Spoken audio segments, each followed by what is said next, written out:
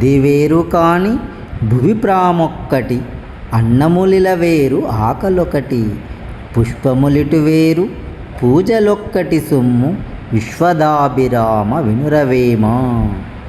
పద్యం యొక్క వివరణ. భూమిపై శరీర ఆకృతులు వేరువేరుగా ఉన్న అందరిలోనూ కొలువై ఉన్న ఆత్మ చైతన్యము ఒక్కటే. భూమిపై ప్రతి ప్రాణిలోనూ సాక్షాత్తు ఆ పరమాత్ముడే ఉన్నాడు. అన్ని జీవుల పట్ల సమభావంతో ఉండాలి. ఆకలి తీర్చే ఆహార పదార్థాలు రకరకాలుగా ఆయా ప్రదేశానికి అనుకూలంగా ప్రకృతి మనకు అందిస్తుంది. ఆహారం ఎన్ని రకాలైన ఆకలి ఒక్కటే, పుష్పములు ఎన్నైనా పూజ ఒక్కటే అని యోగ వేమన గారు వివరంగా మనకి తెలియజేస్తున్నారు. Thank you.